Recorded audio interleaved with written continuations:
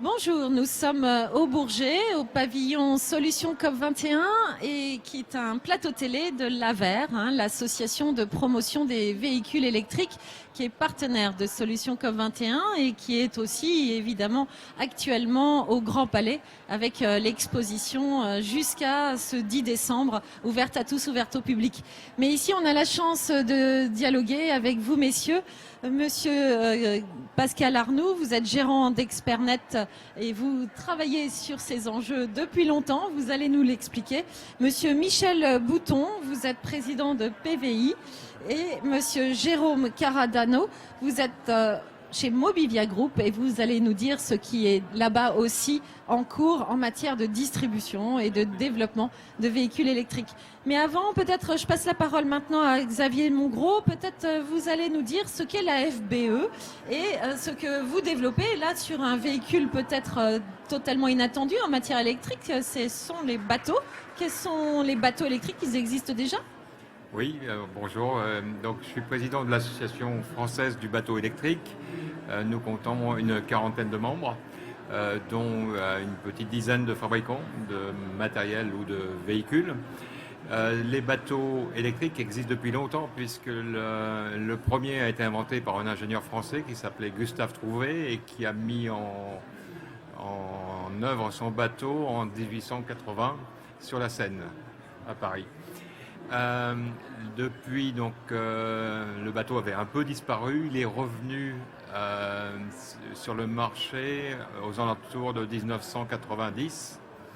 L'association que je préside a été créée en 1994. Les bateaux sont présents dans deux segments. Un segment plaisance, on retrouve beaucoup de petits bateaux pour faire des visites d'une heure en famille sur oui, mais lac. Dites-nous, où le trouve-t-on, ce bateau électrique de plaisance? On le trouve dans une cinquantaine de centres de location, par exemple en France aujourd'hui. On le trouve aussi aux Pays-Bas, en Belgique, en Allemagne, en Autriche, dans beaucoup d'endroits. Et combien d'unités Et donc environ 2000 unités pour la France, donc dans ce segment de la plaisance. Donc on en trouve partout en France. On en trouve partout en France. Ce matin même, j'ai organisé une conférence dans le salon nautique de Paris pour présenter les solutions actuelles. On a aussi des solutions de motorisation électrique de voiliers. Nous avons l'exemple d'un voilier qui est en train de terminer un tour du monde et sans énergie fossile. Donc uniquement avec des batteries et une capacité de naviguer 2 jours en autonomie. Voilà, c'est ça. Il a suffisamment d'autonomie pour pouvoir tenir avec une énergie électrique. Et il peut tenir 2 jours. 2 jours sans vent, ça peut arriver. Quand il y a 4 jours, il reste à se baigner en attendant le vent. Mais ils sont en train de boucler leur tour du monde. Donc, et où chargent-ils? Eux chargent avec des panneaux solaires, des éoliennes et une récupération d'énergie sur l'hélice principale. Ça, c'est des applications un peu ultimes. On a aussi, depuis, développé énormément de bateaux en transport de passagers. Donc, on a des bateaux en transport de passagers à Paris, à La Rochelle. Sur la Seine. Sur la Seine. Et là aussi, vous avez de nombreux bateaux déjà sur la Seine qui sont sur énergie électrique? On a typiquement, sur le canal Saint-Martin, 4 bateaux électriques qui font une liaison entre le métro et un centre commercial et centre de bureau et qui véhiculent 1,5 million de passagers par an. Donc. Et pour venir, parce qu'on va parler aussi des véhicules utilitaires, est-ce qu'il y a déjà sur les bateaux électriques des bateaux fret qui marchent à cette énergie-là? Il y a peu d'exemples de bateaux fret pour l'instant, mais c'est tout à fait possible. C'est prévu? C'est prévu. On a aussi des bateaux de service, donc typiquement des bateaux de nettoyage des ports. Et puis, ce qu'il faut dire aussi, c'est que ceci se développe non seulement sur les rivières et les lacs, mais aussi en maritime, et notamment avec des solutions hybrides. Donc, nous avons l'exemple, par exemple, en Corse, de bateaux qui permettent d'aller visiter des parcs nationaux en étant en électrique quand ils sont dans le parc national et en diesel pour aller sur zone suffisamment rapidement. Donc on peut dire que sur l'eau, les solutions existent déjà sur des énergies propres. On va peut-être passer la parole à votre voisin. Vous travaillez-vous sur les véhicules utilitaires? Dites-nous un peu quelles sont les gammes et les services qui existent déjà dans ce domaine-là. Bonjour. Effectivement, nous, ça fait 15 ans chez Expernet que nous développons, je dirais, ces solutions de mobilité en 3 roues et 4 roues. Des solutions de véhicules utilitaires qui sont destinées, je dirais, à des clients professionnels, qu'ils soient collectivités, conseils généraux, bases de loisirs également, des châteaux. Quel est le volume de la flotte existante ? Alors aujourd'hui, Expernet, en véhicule total, a un portefeuille de 500 véhicules, voilà, 80% électriques, voilà, en 3 roues et 4 roues. 3 roues et 4 roues. Quand vous dites 3 roues, qu'est-ce qui existe dans ce domaine? Et cela veut dire que c'est utilitaire là aussi ou bien pour des personnes? Alors, on a effectivement plusieurs véhicules 3 roues dans la gamme. Le premier qui s'appelle le Loustic, qui est spécifiquement adapté pour des applications, je dirais, de travail, entre guillemets, puisqu'on a une capacité de charge utile de 200 kg. Et c'est typiquement c'est un porte-outil sur lequel on va pouvoir adapter des chariots de propreté, des systèmes de désherbage, à la fois thermique, du salage. Donc pour les gros travaux, voilà, enfin les travaux de voirie et d'espace vert. Et en quoi l'électrique donne un plus? Qu'est-ce que ça apporte de plus? Alors l'électrique donne un réel plus déjà pour l'opérateur, hein, puisque au quotidien, voilà, il est valorisé dans ses déplacements et dans son travail au quotidien. Et puis bien évidemment, quand vous intervenez en plein centre-ville ou dans un parc, voilà, c'est d'autant plus agréable de voir un petit véhicule électrique passer sans bruit, voilà, auprès de vous, plutôt qu'un véhicule thermique. Avec du confort et de l'économie d'énergie. Tout à fait. Juste, votre prochaine innovation ou votre prochain service, que sera-t-il? Alors, comme je le disais, on est plutôt sur les aspects de propreté, voirie. Nous élargissons notre gamme avec des véhicules plus rapides, hein, qui auront des vitesses jusqu'à 50 km/h, 50 km d'autonomie, et qu'on va pouvoir décliner dans les domaines de la sécurité, par exemple, l'événementiel. Voilà, donc vous allez bientôt pouvoir accueillir aussi, rendre des services ici pour passer sur la COP 21, parce que vous savez qu'on est sur une zone de plus de 15 hectares. J'imagine que vos véhicules auraient été très performants ici même. Tout à fait, c'est typiquement le type d'installation où voilà, des solutions de mobilité rapides et légères trouvent leur place. Très bien. Peut-être on grossit en taille avec Michel Bouton. Vous avez vous aussi des véhicules, peut-être de taille encore plus importante. Dites-nous quelles sont vos différentes gammes. Nous avons une gamme à la fois de camions, hein, à partir de 3,5 tonnes. Nous travaillons sur des bases de châssis de constructeurs, bien sûr. Et nous avons une gamme de bus. Alors pour parler de la charge utile, si vous voulez, nous fabriquons et nous avons en service des camions poubelles de 26 tonnes, vous voyez, qui assurent un service quotidien depuis plus de 5 ans. Notre premier client a été Cita, qui a lancé ces véhicules, d'abord en banlieue parisienne et puis ensuite dans d'autres villes, y compris au Grand Lyon. Et nous démarrons maintenant un marché qui est beaucoup plus important en ouvrant ce marché à d'autres clients. D'autant plus que la loi de transition énergétique, à partir de 2020, oblige les collectivités d'une certaine taille à avoir une part non négligeable de leur parc, si vous voulez, à zéro émission. Donc ce marché était relativement en phase de démarrage les dernières années. On a au total, si vous voulez, plus de 250 véhicules lourds, camions et bus en service, et plus de 5 millions de kilomètres parcourus, ce qui représente quand même déjà une bonne expérience. Et de votre point de vue, que va-t-il se développer davantage? Plutôt les bus? Les collectivités sont-elles vraiment aujourd'hui en appétence? Est-ce que c'est vrai pour la France? Est-ce que ça va au-delà de nos frontières? Comment voyez-vous un développement, y compris à l'international peut-être? Alors, c'est évidemment le bus urbain qui représente aujourd'hui la plus forte demande. Vous avez la loi de transition énergétique et puis il y a, si vous voulez, un acteur majeur qui est la RATP, hein, ici en France et à Paris, qui a pris l'engagement d'équiper 80% de sa flotte d'ici 2025 avec des bus 100% électriques. Le parc de la RATP, c'est 4500 bus. Donc d'ici 2025, si vous voulez, c'est 80% du parc de la RATP qui bascule. Et ce mouvement est en train de s'essaimer, bien entendu, vers toutes les grandes villes. Et nous avons en Europe, plus particulièrement en Europe du Nord, mais il y a aussi en Espagne, si vous voulez, des projets très importants pour aller équiper les centres-villes et les lignes de bus avec des solutions de véhicules électriques. Très bien, donc on voit que l'électrique constitue aux yeux de beaucoup d'acteurs, y compris publics, des solutions performantes. Je voudrais savoir ce que pense Mobivia Group de cette question. Quels sont au sein du groupe, vous êtes vous aussi présent à travers de nombreuses enseignes, hein, que ce soit, et vous allez nous expliquer un petit peu ce qu'est Mobivia Group et sur quel type d'axe Mobivia porte des véhicules électriques. Alors Mobivia, très rapidement, moi je représente chez Mobivia la mobilité de 2 roues électriques. Mobivia est l'acteur leader en Europe de la réparation automobile. Et plus connu par quel type d'enseigne ? Plus connu par nos réseaux de distribution qui sont les réseaux de distribution Noroto et Midas.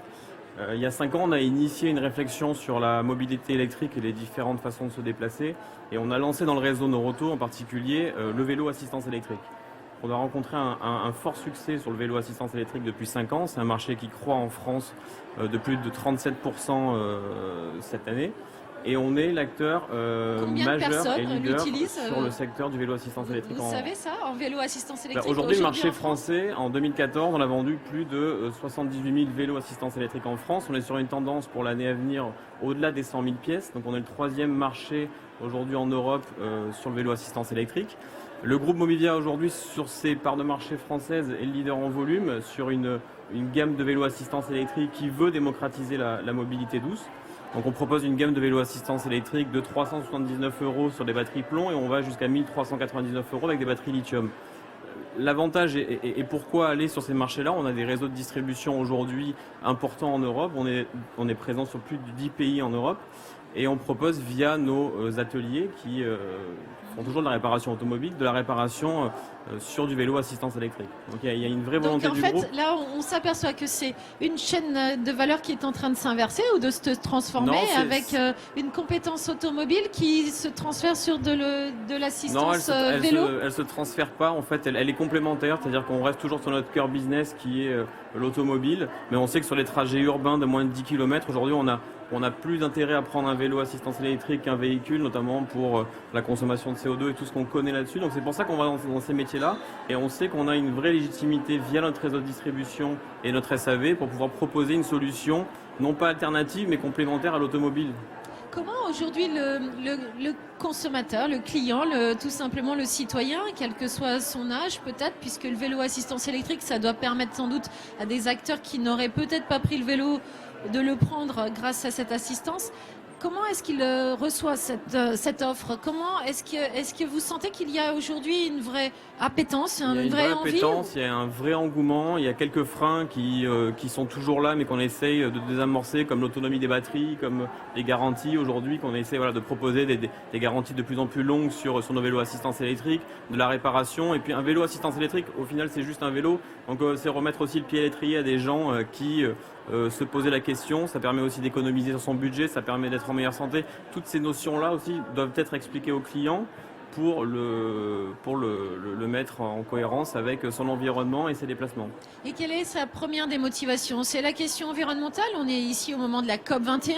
On voit bien que le sujet du climat est évidemment au cœur de ces enjeux mondiaux. Est-ce qu'il y a là une envie d'être par rapport à la question environnementale ou est-ce qu'il y a d'autres types d'envies par rapport? Je pense que la question environnementale est là, mais il n'y a pas que ça. Il y a la question aujourd'hui de gain de temps, il y a la question aussi de budget qui intervient, notamment sur le budget voiture, sur les trajets courts. C'est extrêmement coûteux de se procurer une voiture, de l'entretenir.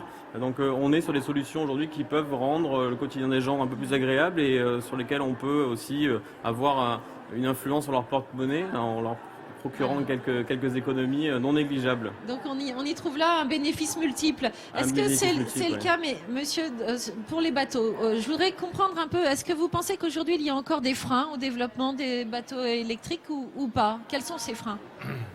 Il y a des freins de type plutôt administratif ou normatif. mais en même temps, les solutions existent, sont prouvées. L'intérêt est très très fort pour les passagers et pas seulement sous l'angle environnemental, mais aussi beaucoup parce que on est sur des solutions qui sont très silencieuses par rapport à des bateaux diesel qui sont sans vibration, sans odeur, donc sans dégagement de fumée, ni dans l'air, ni dans l'eau. Parce qu'un des problèmes du bateau, c'est que les moteurs rejettent aussi beaucoup dans l'eau. Et on est tellement calme que sur un bateau électrique, on peut se parler d'un bout à l'autre du bateau, ce qui n'est absolument pas le cas sur un bateau diesel. Donc on a des bateaux de 100 places où les passagers se trouvent vraiment à l'aise. Tellement à l'aise d'ailleurs que sur certains bateaux, on est obligé de mettre une petite musique parce qu'ils se sentaient presque gênés. Tellement ils ont l'habitude du bruit et que là, ils n'ont plus le bruit. Exactement. Et comment voyez-vous justement, vous parliez des problèmes de normes, est-ce qu'il y a des verrous à déverrouiller pour que ça s'étende encore aujourd'hui sur le bateau? Alors il n'y avait pas de normes sur la propulsion électrique pour les navires. On est en train de boucler au niveau ISO, donc international, une norme sur la propulsion électrique du bateau. On est en train de travailler aussi sur une norme pour la maintenance des véhicules électriques où on va tirer parti du travail fait par l'automobile, donc l'AVER entre autres. Donc tous ces blocages sont en train de sauter. Et je voudrais dire que les quelques opérateurs qui nous ont fait confiance en passant de bateaux diesel à des bateaux électriques sont ravis de leur choix. Pour deux raisons. D'abord, beaucoup moins d'entretien, beaucoup moins de coûts. On remplace 300 € de diesel par 10 € d'électricité. Et en même temps, beaucoup plus de demandes. Donc, des parts de marché qui augmentent parce que les clients cherchent cette expérience calme et agréable. Et propre. Et est-ce qu'il y a ce travail de partenariat? Quels ont été les principaux partenaires ou acteurs qui ont été impliqués pour le développement du bateau électrique? Donc le développement est venu essentiellement de chantiers navals qui se sont mis sur ce créneau et qui ont trouvé des solutions, qui ont tiré parti aussi d'éléments qui ont été développés par l'industrie du bus ou de la voiture. Parce que les volumes sont relativement petits en bateau. Voilà, on essaye de récupérer des équipements qui existent déjà dans d'autres filières. Et on est bien sur cette démarche un peu transversale et on décloisonne un petit peu tout cela. Tout à fait. Et ça fait peut-être pas du mal dans le monde du transport. Tout à fait. Et vous, monsieur Arnoux, comment voyez-vous ce développement, ce travail peut-être en lien avec d'autres types d'acteurs? Est-ce qu'il existe véritablement pour développer vos solutions dans le domaine utilitaire? Alors, on en parlait tout à l'heure. C'est vrai que les collectivités, dans quelques années, vont avoir l'obligation d'avoir une certaine part de leur parc en véhicules propres. Donc tout ça concourt effectivement à leur faire prendre conscience qu'il existe aujourd'hui des solutions qui sont à la fois bien évidemment écologiques mais aussi économiques. Et dans toutes les solutions que l'on peut proposer dans notre gamme, eh bien, elles ont tout un attrait économique. Aujourd'hui, voilà, c'est un point important de la discussion avec nos partenaires.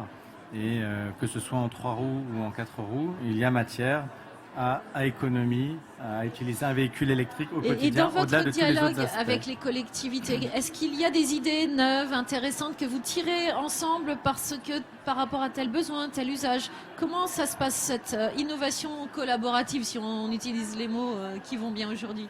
Alors nous, quelque part, on a la chance d'être entre le besoin du client, que nous avons effectivement en direct, et nos partenaires fabricants. Et à ce titre-là, donc, il y a un très très fort partenariat qui s'instaure avec, je dirais, les constructeurs pour justement adapter leurs solutions techniques aux demandes et à l'évolution de la demande de nos partenaires utilisateurs finaux. Qui sont surtout les collectivités dans votre cas. Qui sont surtout les collectivités, mais qui sont aussi les prestataires de services. Oui. On parlait de Cita, Veolia, voilà, les sociétés de sécurité, les entreprises de propreté, les bases de loisirs, entreprises d'événementiel, voilà. Donc c'est fort de ce dialogue avec les uns et les autres que vous ajustez à chaque fois au mieux, c'est cela. On ajuste au mieux, effectivement, qu'il existe aujourd'hui Par exemple, pour la gamme des 3 roues, une offre de 4 à 5 véhicules différents qui répondent chacun à des besoins spécifiques. À des besoins spécifiques. Et j'imagine, Monsieur Michel Bouton, dans votre cas aussi, ce dialogue avec les différents opérateurs, est-ce que vous pouvez nous donner peut-être un exemple ou deux d'actions qui ont été finalement une nouvelle offre, une nouvelle innovation liée à ce dialogue, à ces nouveaux besoins qui apparaissent?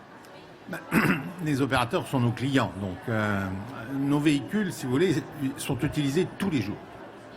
Tous les jours, il faut transporter le bus, à part le dimanche, et encore la RATP, c'est 7 jours sur 7, et les poubelles, c'est quasiment tous les jours. Donc en fait, on a un échange permanent avec nos clients. En fait, la demande majeure des clients que nous avons aujourd'hui dans les deux domaines est celle de pouvoir lisser le coût des batteries en leur donnant et en garantissant une durée de vie importante. Pourquoi ? Parce que le frein principal aujourd'hui du développement du véhicule électrique, c'est le prix. Dans le prix, c'est la batterie, qui compte pour près de 50% lorsqu'on est dans des véhicules lourds ou lorsqu'on est sur des bateaux. Nous sommes arrivés justement en travaillant avec les utilisateurs sur le modèle opératoire à garantir maintenant des durées de vie de plus de 7 ans. 7 ans, si vous voulez, ça correspond à mi-vie d'un autobus. Un autobus dure 15 ans, si vous voulez. 7 ans, on peut envisager un remplacement de batterie. Lorsque nous avons commencé, on s'engageait sur 4 ans. Voyez un peu l'écart qu'il peut y avoir économique pour le client, pour l'utilisateur. Ça, c'est un exemple. Et en travaillant sur le mode d'utilisation, le mode de recharge aussi, qui est très important, et avec les constructeurs, les fournisseurs, évidemment, on est arrivé à cela. Mais c'est loin d'être abouti, c'est une démarche permanente, si vous voulez, parce que le démarrage de ces solutions électriques pour des véhicules de transport ou des véhicules de logistique, on va dire que le camion poubelle, c'est un véhicule de logistique urbaine, et amène forcément des changements dans le mode de travail. Parce qu'il faut intégrer le fait que le véhicule va être rechargé. Et on a développé, aujourd'hui c'est en service à l'aéroport de Nice, un système de bus de 12 mètres, donc le bus standard, qui se recharge à chaque arrêt, qui biberonne en 30 secondes, de manière à éviter à avoir à le recharger trop la nuit ou au terminus. Mais si on veut arriver à ce que justement des solutions tout électriques émergent dans des filières, il y a un travail collaboratif à faire avec les exploitants parce que il y a des nouvelles contraintes. Avant, un camion ou un bus diesel, on met un réservoir de 500 litres et il peut rouler jour et nuit.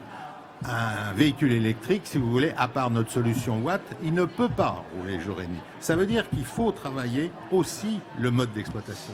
Et il y a peu de temps, j'entends aussi au Grand Palais l'arrivée de l'hydrogène. Est-ce que ça, c'est un axe sur lequel vous êtes ou pas ? Oui, puisque nous avons un de nos petits véhicules, un petit véhicule, c'est un 4,5 tonnes chez nous, qui est en expérimentation à la Poste, puisque c'est un petit camion électrique, si vous voulez, qui est équipé d'une pile à combustible. La pile à combustible, en fait, donc l'hydrogène, qu'est-ce que c'est ? C'est une énergie qui est 2 à 3 fois supérieure à celle que l'on stocke avec des batteries. On remplace la batterie par la pile à combustible. Notre métier à nous, c'est pas d'être fabricant de piles à combustible parce que c'est vraiment un métier à part. C'est par contre, nos véhicules peuvent recevoir en fait cet équipement-là, puisque c'est le cas sur un véhicule qui est aujourd'hui en expérimentation. Et il est certain qu'à moyen et long terme, ça réglera le problème d'autonomie là où il se pose. Dans certaines applications, il ne se pose pas parce qu'on n'a pas besoin d'avoir des grandes autonomies, mais dans d'autres, ça se pose. Le seul problème, il est économique là aussi, parce qu'il faut arriver, la batterie, le coût des batteries va en diminuant parce que le marché se développe, donc c'est une tendance lourde. La pile à combustible, si vous voulez, on n'en est qu'à des stades de prototype. Alors est-ce que c'est à l'échelle de 10 ans ou est-ce que ce sera à moins de 10 ans? J'en sais rien. Mais par contre, les solutions existent et on a des acteurs en France qui sont justement le partenaire que nous avons pour l'expérimentation à la Poste est une entreprise française. Voilà, et peut-être si on raisonne à l'échelle monde, est-ce que vous pensez qu'il y a des pays dans le monde où ça sera plus vertueux, plus intéressant que dans d'autres? Parce que tout dépend de votre énergie première. Vous savez, nous avons monté une filiale en Chine il y a maintenant 4 ans. Aujourd'hui, le marché notre partenaire en Chine, si vous voulez, vient de construire une usine de 60 000 m² pour ne faire que des véhicules de voirie, laveuses, balayeuses, pour essentiellement le marché chinois. Donc nous sommes en Chine qui est le premier marché des véhicules électriques, et on le voit avec, malgré cela, les problèmes de pollution énormes qu'il peut y avoir dans les grandes villes, et avec aussi, si vous voulez, l'avantage ou l'inconvénient d'un pouvoir extrêmement fort qui oblige, si vous voulez, les grandes villes à aller mettre en service des véhicules. Mais en matière de pays, par exemple, aujourd'hui, nous sommes sur de nombreux projets avec le Canada. Parce que le Canada est un pays qui a une image bonne et pas bonne, à la fois très vert, mais aussi un pays des gaz de schiste. Bon, aujourd'hui, les gaz de schiste vont en régressant en matière d'exploitation parce que le prix du pétrole diminue. Et le Canada regorge d'énergie électrique hydraulique, donc une énergie propre. Donc le Canada encourage, et nous sommes en train de monter une filiale au Canada, si vous voulez, pour fabriquer sur place des véhicules en utilisant bien entendu des bases de véhicules existants fabriqués en Amérique du Nord. Et il y a d'autres exemples comme ça. Si vous voulez, la Norvège, le Danemark, les pays d'Europe du Nord sont aujourd'hui presque plus en avance que nous en matière d'utilisation et d'obligation, si vous voulez, faites aux grandes collectivités d'aller installer et mettre en service des véhicules électriques lourds. Bon, on voit qu'il y a encore bien des perspectives. Et je demande peut-être à Mobivia Group comment s'articulent ces perspectives peut-être à l'international aussi. On le voit, le marché français des véhicules assistance électrique est vraiment en pointe. Comment vous voyez ce développement international ? Nous, sur nos marchés en France, on se développe plutôt fortement. On est moins implanté dans des pays comme la Pologne, la Roumanie, le Danemark et la Suède, et des pays où aujourd'hui le marché du vélo assistance électrique est le plus important, comme l'Allemagne. Donc on essaye d'apporter aussi des innovations qu'on traite avec des partenaires industriels aussi différents pour apporter notre marque de vélo assistance électrique dans ces pays-là où le groupe n'est pas encore implanté. Donc ça passe par de l'énergie, ça passe par différentes innovations qui pourraient révolutionner la mobilité de demain. Et vous avez quel type de prospective ? Comment est-ce que vous agissez pour avoir cette boussole ou tenter de savoir comment faire pour aller chercher les nouvelles tendances, les nouvelles innovations et les nouveaux marchés ? On parle beaucoup à nos clients, donc déjà c'est déjà un bon relais. On regarde un peu ce qui se fait dans le monde des technologies et on parle aux industriels qui, comme on parlait de la pile à combustible, comme on parle de pas mal de choses aujourd'hui dans l'électrique qui peuvent nous permettre demain d'avancer sur des nouvelles machines. Il y a beaucoup de gyropodes aujourd'hui qui existent, de différentes façons de se mouvoir. Il y a une réglementation aussi qui change. Donc tout va dans le bon sens. Donc on est en train de par-ci par-là de prendre des différentes insights et inputs pour pouvoir mettre en place une stratégie cohérente pour le groupe Mobivia demain. Et aujourd'hui, est-ce qu'il y a dans les équipes de votre groupe, là aussi, du point de vue du personnel, de l'action menée en interne, est-ce qu'il y a de la sensibilisation, une envie d'aller sur ce type de créneau-là ? Nous, on sensibilise beaucoup parce qu'on met à disposition nos vélos assistance électrique. Le groupe Mobivia a un fonds d'investissement qui s'appelle VIAID aujourd'hui, qui est sur toute cette nouvelle mobilité. Donc on n'est pas que sur le vélo assistance électrique, on est aussi sur le covoiturage, on est sur la voiture connectée, on est sur toutes ces nouvelles mobilités aujourd'hui, dont les collectivités, qui font qu'on est cohérent dans le monde de l'électrique. Donc pas que du vélo assistance électrique, mais aussi tous les services qui gravitent autour de ça pour créer une vraie nébuleuse aujourd'hui encore, mais qui aura du sens dans très peu de temps. Donc pour vous, la question du climat, c'est pas seulement une négociation diplomatique internationale, c'est très concrètement un marché, très concrètement une nouvelle activité. C'est le marché dans lequel on évolue, dans lequel je vis tous les jours. Je me déplace en vélo assistance électrique, j'en retire les bénéfices. Voilà, il y a un marché qui existe et sur lequel on arrive à se développer. Pourtant, on n'était pas un acteur, on va dire, identifié pour pouvoir présenter et vendre ce genre de mobilité, mais on a un vrai atout pour le faire, notre réseau et notre croyance en des mobilités plus douces. Alors messieurs, si je voulais peut-être et pour conclure vous demander si vous aviez un vœu, une envie pour l'avenir, que souhaitez-vous pour demain, pour vos activités ? Ce que je souhaiterais, c'est que le bateau électrique puisse se développer plus rapidement. Aujourd'hui, il représente 1 à 2% du parc. il n'y a pas de... Contrairement à ce qui se passe sur la voiture, il n'y a pas de subvention ou d'aide à l'achat d'un véhicule électrique aujourd'hui. Et ce qui aiderait, c'est une aide incitative, exemple des places de port réservées, des possibilités de connexion et de recharge facile, sachant qu'on n'a pas besoin de prise spéciale pour les bateaux, mais de courant standard. Donc des incitations de ce type-là, qui ne coûtent pas une fortune, mais qui... pratiques pour ouais. aider dans les ports, pour que ça puisse Exactement. être mis en avant et facilité. Oui. Merci pour cette réponse très concrète, en effet. Et vous-même, votre vœu le plus cher pour développer ?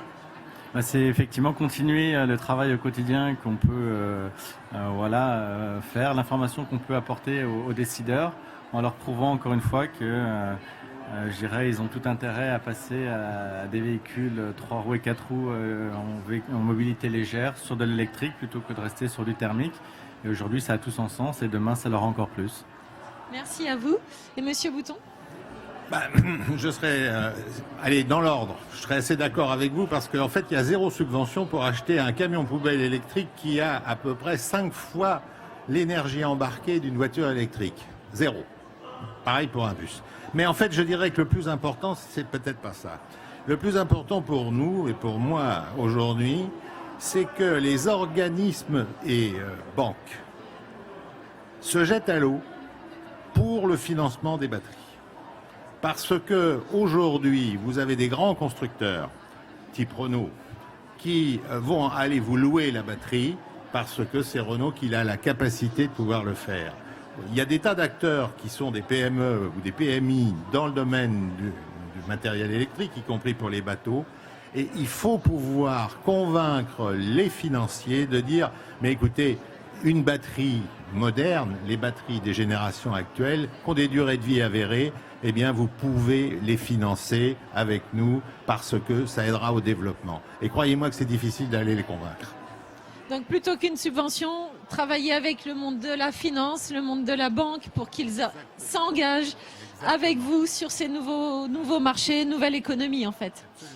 Et chez Mobivia, s'il y a un vœu pour développer ce que vous je souhaiterais, c'est que tous, autant que nous sommes, qu'on se pose la bonne question tous les jours quand on se déplace du bon moyen de se déplacer, du bon véhicule adapté à notre trajet.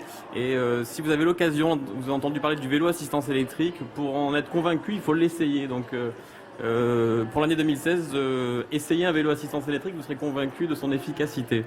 Merci messieurs. Mais écoutez, on va vous donner rendez-vous pour la COP22 pour voir si vos vœux seront exaucés. Et en attendant, je vous souhaite de poursuivre et revenez au Grand Palais pour visiter, rencontrer et toucher du doigt les différentes solutions que vous nous avez présentées. Merci.